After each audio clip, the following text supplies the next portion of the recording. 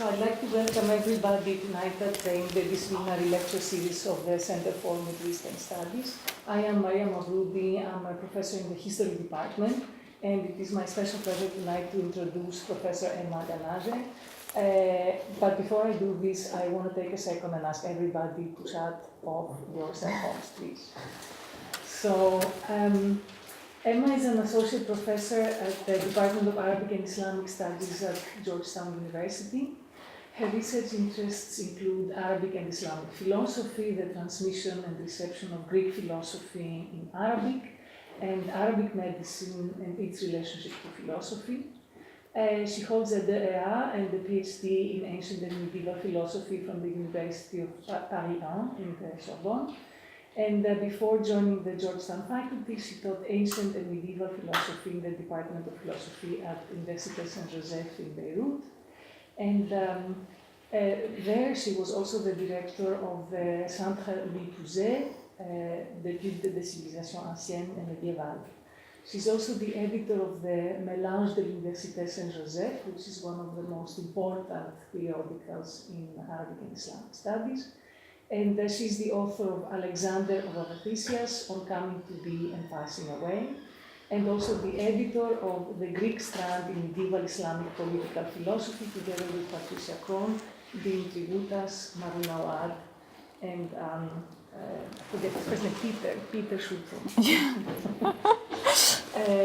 So today, Emma will speak to us about her research on the transmission between Greek and Islamic philosophy. In a talk on the philosopher al-Kindī, known as the philosopher of the Arabs. Please join me in welcoming her to CMS. Thank you. Thank you, Maria, and thank you for having invited me. It's an honor to be at Berkeley and always a sheer pleasure to be in California. So tonight, I would like to revisit with you the classical narrative attached to the first philosopher of Islam, Abu Yusuf Yaqub bin Isḥāq al-Kindī, whose name has been associated with the translation movement of scientific and philosophical works from Greek into Arabic, and maybe more so with the Plotiniana Arabica, among which the famous theology of Aristotle, which he is said to have revised. His philosophy, and particularly his metaphysics, as expounded in his most emblematic work on first philosophy, has been considered as bearing the imprints of the theology of Aristotle, although the scholarship acknowledges a more significant dependence on the Arabic fragments of Proclus elements of theology, and maybe more so of the the Platonic theology, though we don't know of any Arabic translation of the latter. In short, a strong Neoplatonic orientation that seems to fit conveniently with the Muslim creed of the unicity of the one and transcendent God. Indeed, one cannot deny the elements al-Kindī borrows from Neoplatonism, particularly a henology consistent with the Muslim Tawheed. For example, in first philosophy, the necessary existence of an absolute transcendent true one that provides existence to all beings while dispensing them with unity will lead to a negative theology close to the Mu'tazili Tawheed, as well as to the doctrine of the one proper to the Plotiniana Arabica. This being understood, this paper intends to show that, as convenient and as significant as it may seem, the Neoplatonic influence is not the most relevant framework in order to make sense of al-Kindī's philosophy. In the next 45 minutes or so, I would like to share with you the results of an ongoing research aiming at showing the structural influence of two major figures on al-Kindī's philosophy, namely Ptolemy and Nicomachus of Gerasa. Actually, this can come as no surprise for many of you who know that al-Kindī was a polymath and an encyclopedic scholar who wrote more than 250 titles according to al-Fihris of al-Nadim.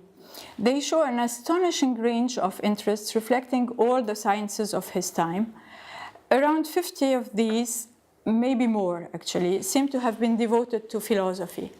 Now, of course, the lion's share goes to the so-called hard sciences, mainly mathematics, astronomy, optics, etc. Not surprisingly, Ptolemy's astronomy as well as Nicomachus' arithmetic occupy an important place in that subgroup, as al-Kindī has devoted commentaries to their main works. Moreover, Ptolemy's influence on al-Kindī's cosmology has been particularly well documented. However, what is at stake here is neither Ptolemy's astronomy nor al-Kindī's cosmology, but the influence of Ptolemy's philosophy on al-Kindī's metaphysics. It's an overall almost unexplored field for the very simple reason that Ptolemy's philosophy has been so far almost overlooked by the scholarship.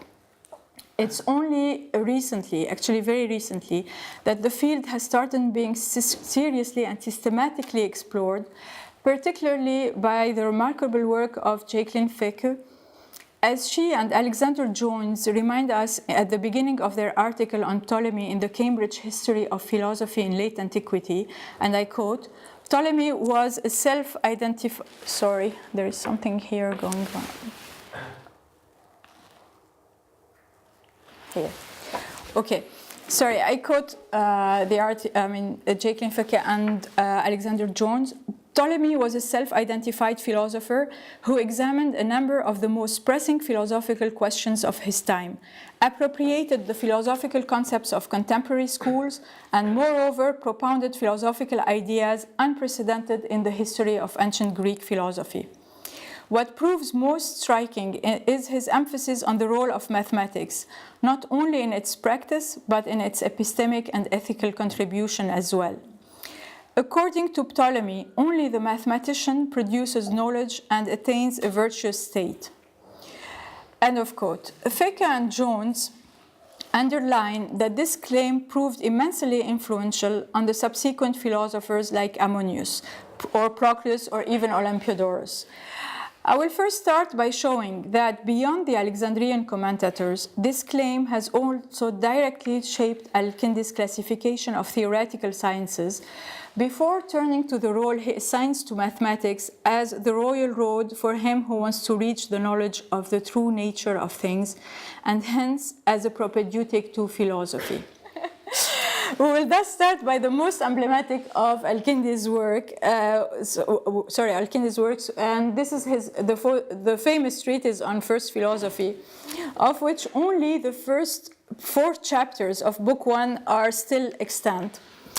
So this is our first passage. After the dedication to the Caliph al-Mu'tasim Billah, the first chapter of On First Philosophy opens with a definition of the art of philosophy as being the highest human art and the noblest in rank, whose definition is the science of the things in their true natures, insofar as man is capable of that.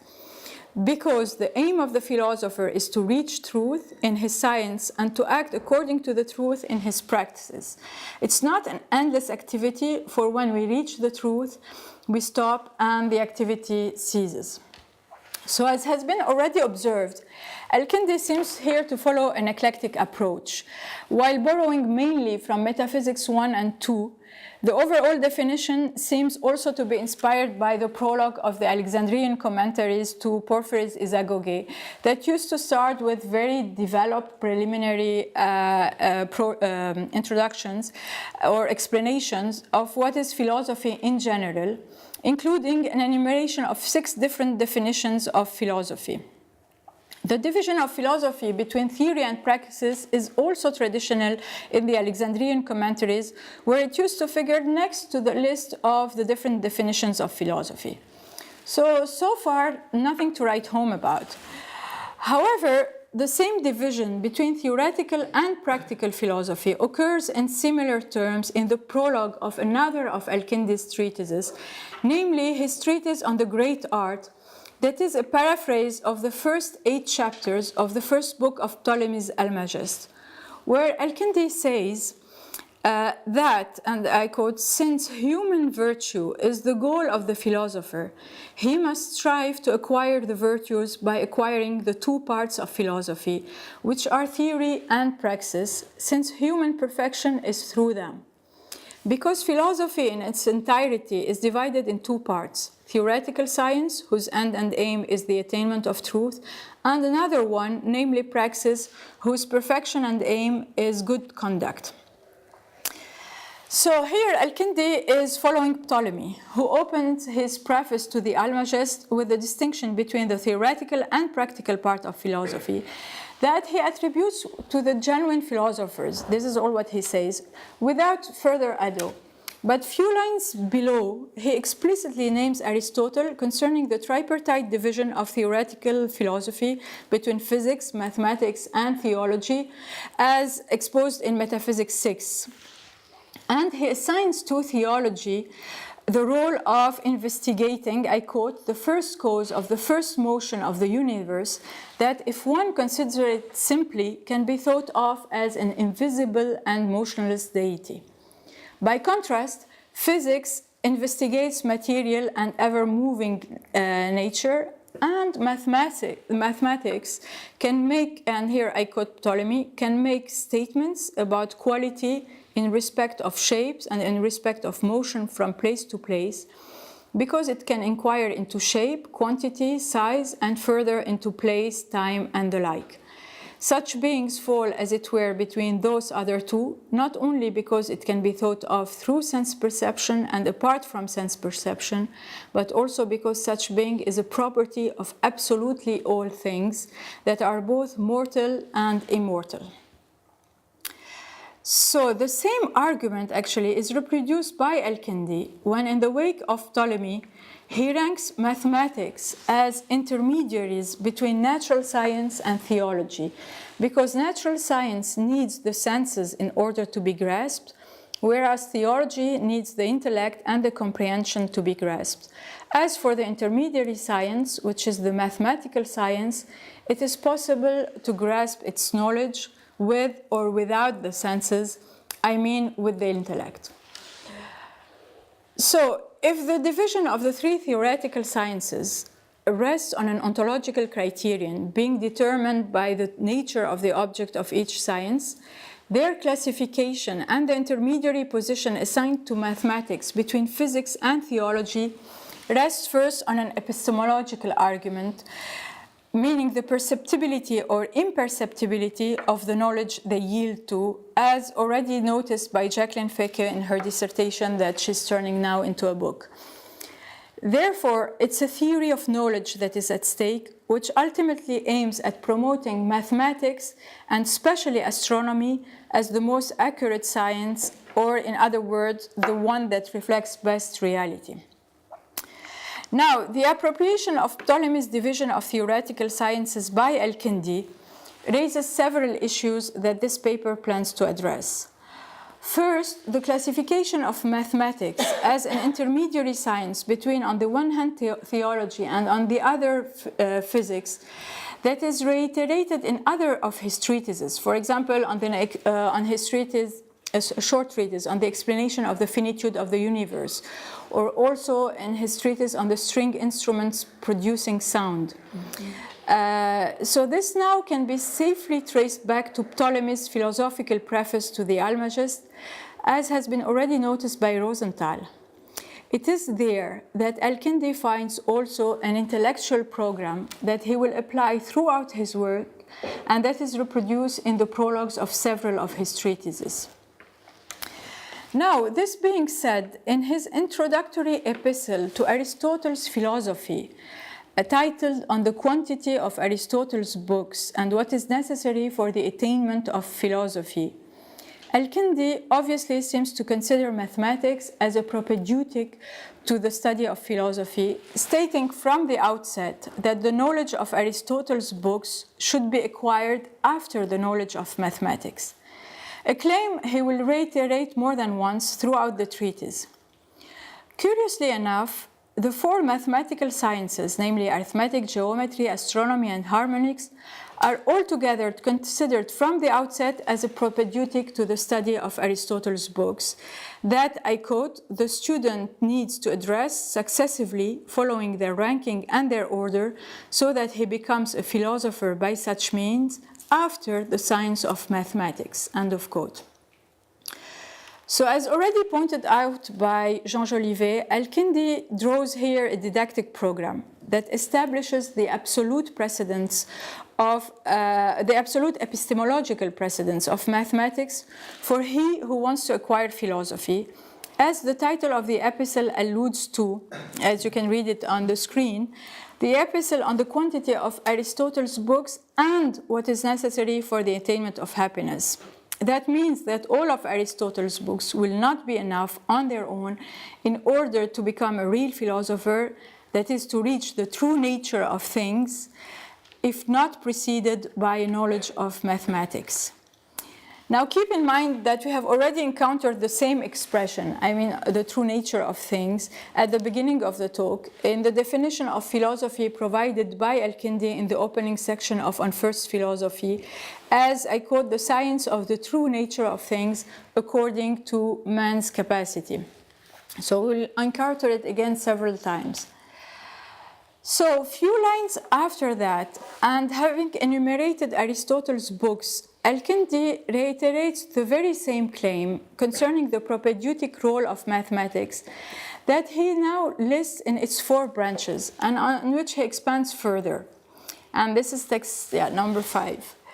So if someone lacking the knowledge of mathematics, meaning arithmetic, geometry, astronomy, and harmonics, uses these books for a whole lifetime, he still would not be able to have a full knowledge of any of them, and his effort will not make him gain any knowledge other than the account of what he has read, if indeed he has a good memory.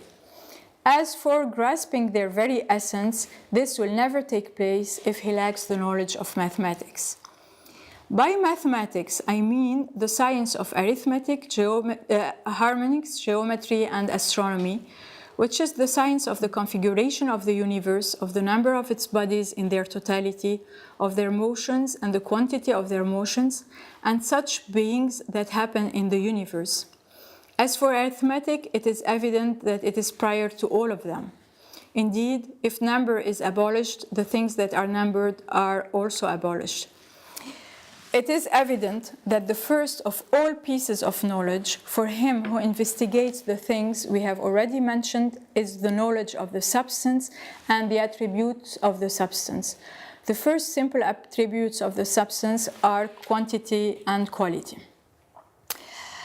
In this long passage, al-Kindī's argument unfolds following a clear and quite articulate progression.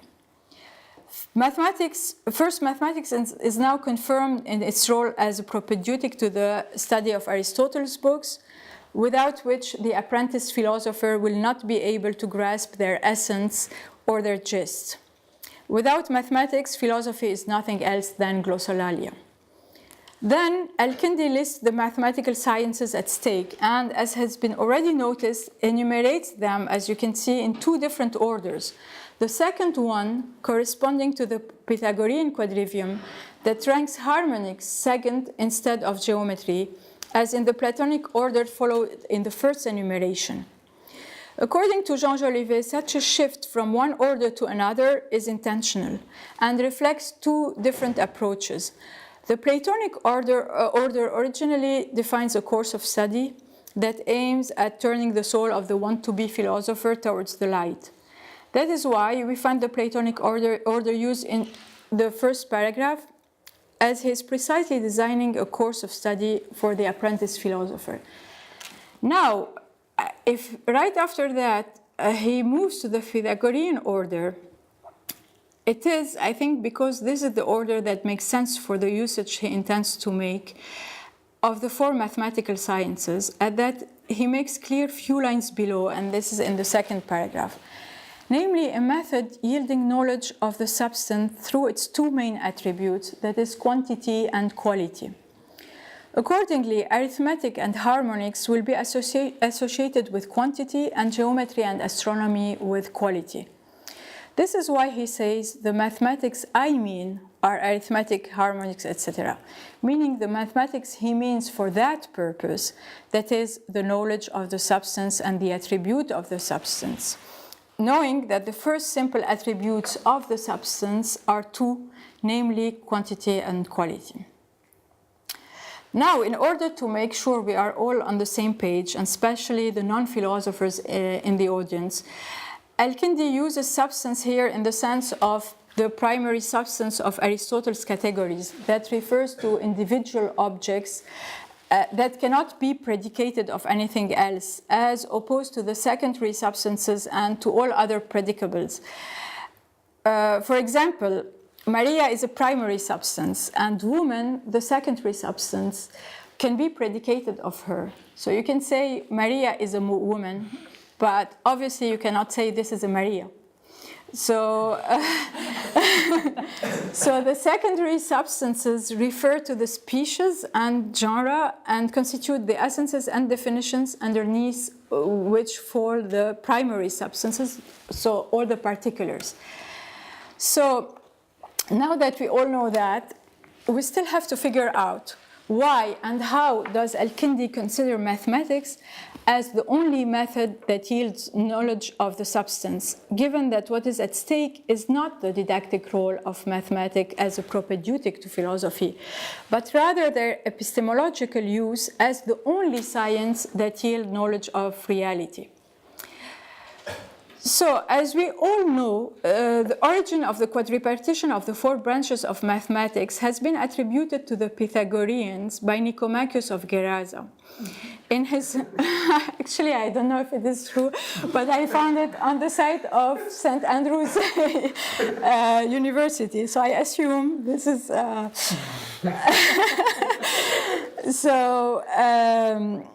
So Nicomachus, in his famous introduction to arithmetic, at the beginning of his treatises, he divides all beings, the intelligible and changing reality, as well as the ever-changing sensible things, between those that are, and I quote, unified and continuous. For example, an animal, the universe, a tree, and the like, which are properly and peculiarly called magnitudes. Others are discontinuous and juxtaposed, as it were in heaps, which are called multitudes. A flock, for instance, a people, a heap, a chorus, and the like. Accordingly, wisdom, or in other words, philosophy, is the knowledge of these two forms, namely magnitude and multitude. However, multitude and magnitude are by their own nature infinite, the former being can be infinitely increased and the latter being infinitely divisible. And since there is a science only of what is determined and never of what is limitless, there will thus be no science of magnitudes per se or multiplicity per se. In order to be object of science, magnitude and multiplicity have to be determined. Namely, they have to be object of measure and hence to be able to admit equality and inequality, proportion like the double or any other ratio of number. And Nicomachus to add, a science, however, would arise to deal with something separated from each of them, with quantity set off from multitude and dimension set off from magnitude. And he adds, since of quantity, one kind is viewed by itself, having no relation to anything else, as even, odd, perfect, and the like, and the other is relative to something else and is conceived of together with its relationship to another thing, like double, greater, smaller, half, 1 1/2 time, 1 1/3 times, and so forth, it is clear that two scientific methods will lay hold of and deal with the whole investigations of quantity: arithmetic, absolute quantity, and music, relative quantity. And once more, inasmuch as part of dimension is in a state of rest and stability, and another part in motion and revolution, two other sciences in the same way will accurately treat of dimension: geometry, the part that abides and is at rest; astronomy, that which moves and revolves.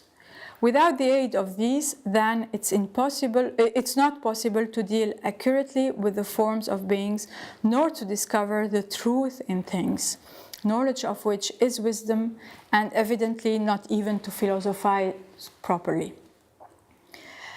Hence, it is as if the division of all beings, meaning of all reality, between these two forms, magnitude and multiplicity, accounts for the quadripartition of mathematical sciences that can now be considered as the only sciences able to yield knowledge of such beings. Moreover, it's worth noting that this division rests on one unifying principle, that is quantity, as has been pointed out already by Philippe Merlin in his book From Platonism to Neoplatonism. Quantity is either discrete or continuous. Arithmetic deals with discrete quantities per se, whereas harmonics with discrete quantities in relation to one another. Continuous quantity or magnitude is either at rest or in motion. Geometry deals with the former and astronomy with the latter. Now, it's likely that al-Kindī knew the introduction to arithmetic, as has been already noticed by the scholarship. In that respect, it's worth noting that Habib ibn Bahri's translation of Nicomachus of Gerasa, Introduction to Arithmetic from Syriac into Arabic, is said to have been reworked under al-Kindī's supervision. This version did not apparently survive. However, a Hebrew version or a Hebrew paraphrase of the revised version of Habib ibn Bahri's translation by Kalonymos ben Kalonymos of Arles is extant. The prologue and the introduction of this translation has been edited and translated by Gad Freudenthal and Tony Levy in a lengthy article. Now, it's something to say that al-Kindī knew Nicomachus' introduction because he is dealing in his text with the quadripartition of the mathematical sciences. But it is something else to show that indeed he had it at hand and was drawing from it while writing his epistle on the quantity of Aristotle's books, and moreover, that he had an erroneous manuscript at hand, which will have tremendous consequences on his theory of theoretical sciences. Indeed, when al-Kindī reproduces the same quadripartition of mathematics further below in his treatise on the quantity of Aristotle's books, and in order to account for the necessity of mathematics in the achievement of human science, he classifies arithmetic and harmonics as both dealing with quantity, the former with discrete quantities per se and the latter with quantities in relation to one another, whereas geometry and astronomy are concerned with quality. And this is our text number 8. So he says, the human science we have defined is below the divine science, and there is no way to comprehend it together with the true and stable things without mathematics. Because there are two arts that investigate quantity. One of them is arithmetic. It investigates quantity set apart. I mean computational quantity, adding numbers to one another or subtracting them from one another. It also happens that they are multiplied by one another or divided by one another. The other science is harmonics. That is finding the proportion of numerical quantities to one another and their combination, and knowing the consonant and the dissonant ones. These investigating things are quantities in relation to one another. Now, and this is the crux of the problem, two arts investigate quality.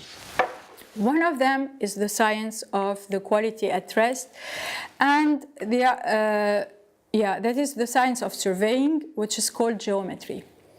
The other is the science of the quality in motion, which is the science of the configuration of the universe in terms of figure and motion, including the periods of motion of each one of the bodies of the universe that are not affected by generation and corruption, until their creator wipes them out, if he wills, in one stroke, in the same manner he had created them. And what happens to the universe? This science is called astronomy. Now, what is striking, and I'm sure you have already noticed it in this passage, is that al-Kindī divides the four mathematical sciences into two groups according to two principles, namely quantity and quality, rather than one unifying principle that is quantity, as in the introduction to arithmetic. What does he mean when he says that geometry is qualified as the science of the quality at rest, whereas astronomy is the science of the quality in motion? This is slightly weird, as this division does not obviously correspond to the classification reproduced by Nicomachus of Gerasa that is grounded on the principle of determined quantity and that characterizes dimension and not quality as the object of study of geometry and astronomy. So the statement is so weird that it led the first editors of the epistle, meaning Michelangelo Guidi and Richard Walser, to suggest an error in the source al-Kindī might have used without identifying this source. And they claim that it should have, what should have been at the origin of the error was a shift from dimension to quality, meaning at some stage of the transmission, a copyist or a translator may have read poion, quality, instead of pelikon, dimension.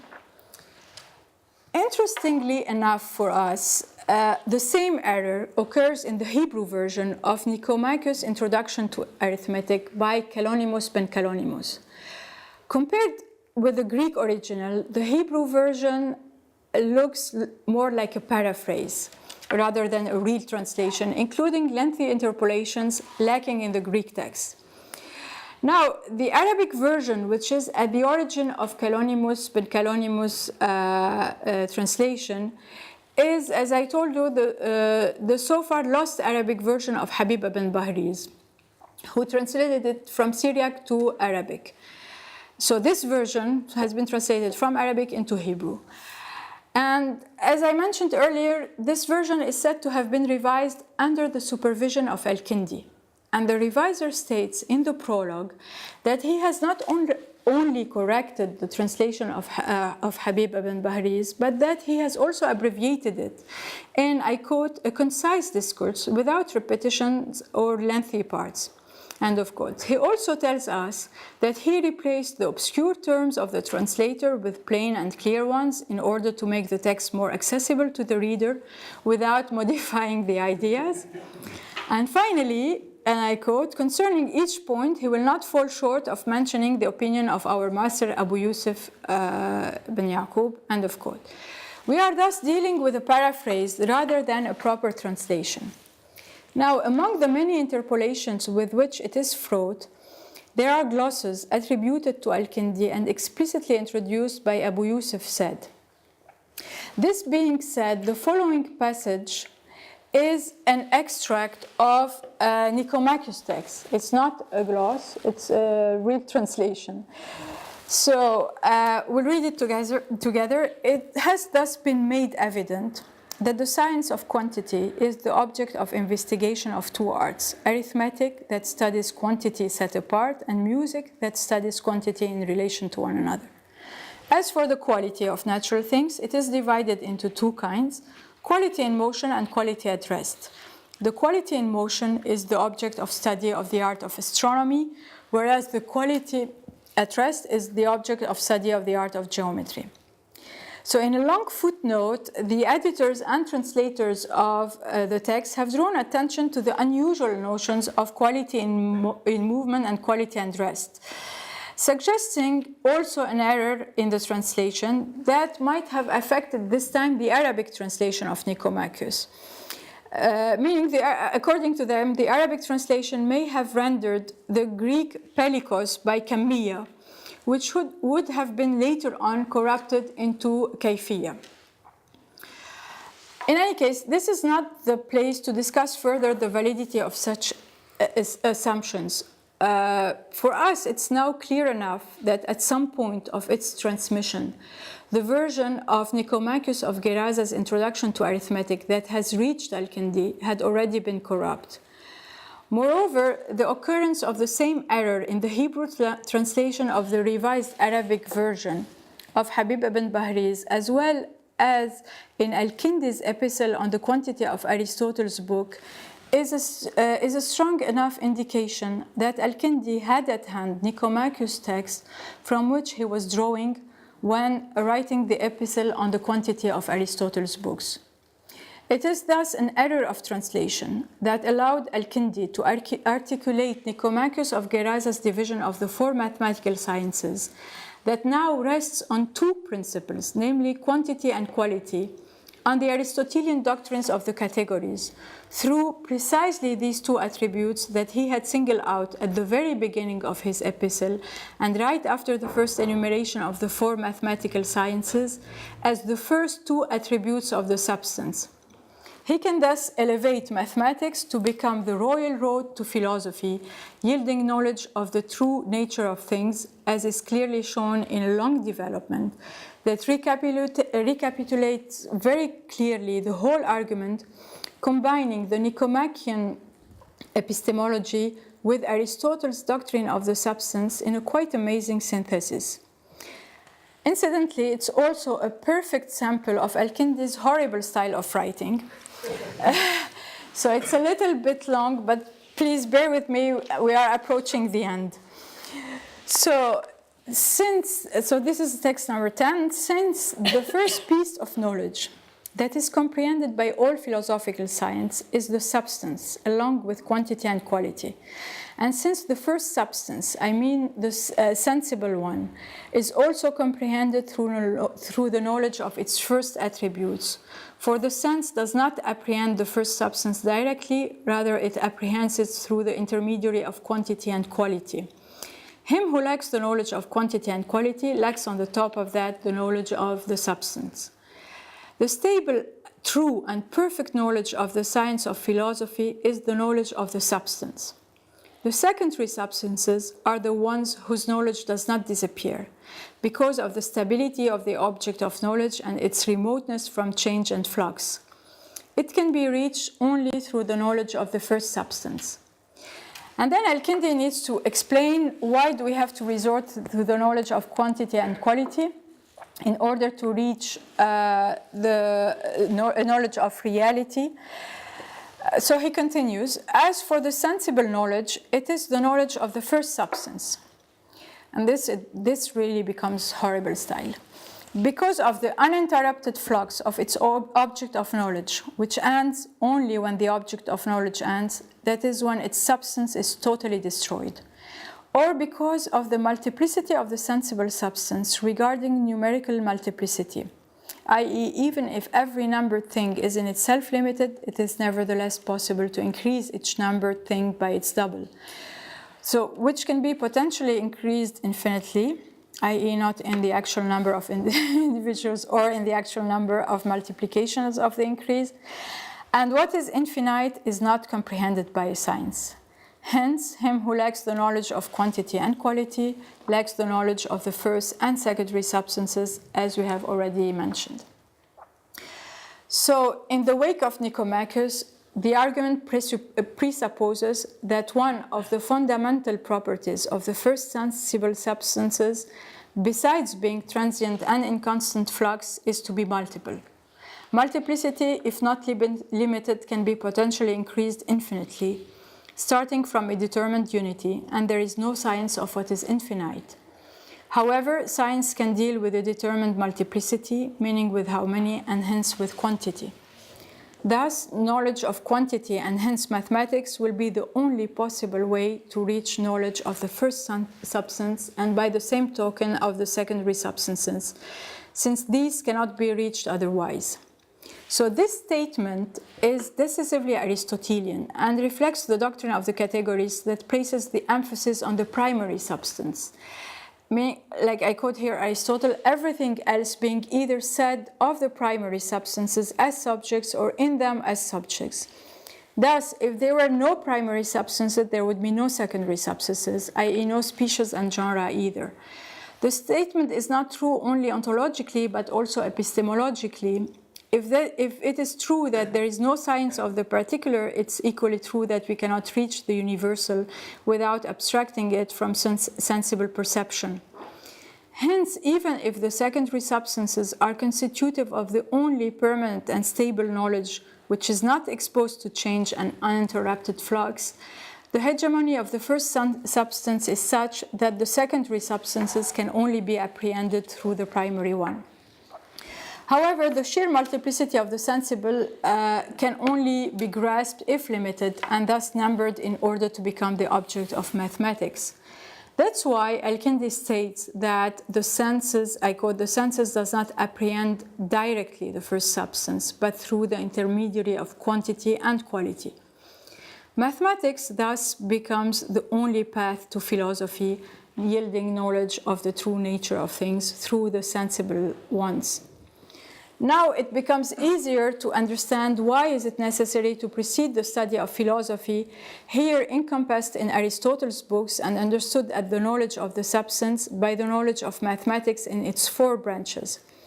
The secondary substances are predicated of the primary sensible ones, as al-Kindī specifies by the end of the epistle, when listing again Aristotle's books according to their intentions, and hence they give their name and their definition to the first substances, but the former can only be apprehended through the latter, the knowledge of which requires mathematics, as has been already shown. So we can thus start coming full circle. By promoting quality and quantity as the leading path towards the knowledge of the first and secondary substances, al-Kindī elevates, as I said, the science of quantity and quality, namely mathematics, as the best guide to reality. Indeed, such statements echo the definition of mathematics al-Kindī provides on the great art, as related to the form embedded in matter, meaning surfaces and limits, and also by the quality of the form, like figures and shapes, triangles, squares, and such like, as well as by any determined quantity, like size, number, time, and place. And I quote al-Kindī, as for the science to which the name mathematics applies specifically, its principle is only the form. The quality of mathematics is determined by the form and the like, and also by the movements from place to place. I mean by form here what exists in matter, namely the surface and the limit. I mean by the quality of the form, the figure, like the triangle, the square, and the like. The nature of mathematics is also made evident through magnitude, to which apply measures, and through full quantity, such as number, time, and place, that are sought in astronomy, because astronomy includes the knowledge of position and time. Concerning the stars, don't we seek their positions and how long it takes for them to complete their revolutions? So such definition echoes Ptolemy's own description of mathematics in the preface of the Almagest that we have seen at the beginning of this talk, when he says that mathematics can make statements about quality in respect of shapes and in respect of motion from place to place, because it can inquire into shape, quantity, size, and further into place, time, etc. So consequently, mathematical objects are considered as an attribute of all existing things, without exception, both mortal and immortal. And hence, mathematics will be the only theoretical science that yields knowledge of all reality, which incidentally includes primary and secondary substances. By comparison, physics and theology should be described as conjecture, rather than a science that can yield knowledge. Theology, and I quote Ptolemy here, theology, because of its completely invisible and ungraspable nature, and physics, because of the unstable and unclear nature of matter, end of quote. So in order to conclude, the revised version of Habib ibn Bahri's translation of the Introduction to Arithmetic that came down to us in the Hebrew version of Kalonymus ben Kalonymus is preceded by a prologue by the hand of the reviser, in which the latter informs us that more than once he has heard his master, al-Kindī, saying that the philosophy of these two, I quote, the philosophy of these two figures, namely Ptolemy and Nicomachus, is best expressed in the introductions to their books. For Ptolemy in the introduction to the Almagest, and for Nicomachus in the introduction to his book on arithmetic. Indeed, the introductions of both books touch upon the noblest topics of philosophy, and they occupy a high rank with respect to knowledge, end of quote. Al-Kindī's works bears the strong imprint of both philosophers. The influence of Ptolemy is apparent way beyond the paraphrase he wrote on the beginning of the Almagest, which incidentally is said to have been translated for him. He was familiar with most of Ptolemy's works. He knew the Tetrabiblos and Ptolemy's geography, and most probably also the harmonics. As for Nicomachus, al-Kindī wrote an epistle on the introduction to arithmetic that unfortunately did not reach us. However, what is at stake here is the philosophical influence both figures exerted on al-Kindī's work, and which is, in my opinion, formative. Ptolemy and Nicomachus constitute the framework within which al-Kindī's philosophy and even his metaphysics unfolds. It is in Ptolemy's preface to the Almagest that he finds a philosophical program that makes room for a deity that is all at once an ultimate cause of motion and a transcendent being beyond human comprehension. Combined with the introductory sections of Nicomachus' Introduction to Arithmetic, Ptolemy's preface to his Almagest provides him with a model that structures all aspects of his philosophy and determines its main articulations. This paper has highlighted one of them, that is the relationship between the mathematical sciences and philosophy. So further publications will tackle the other aspects. Thank you very much for your attention.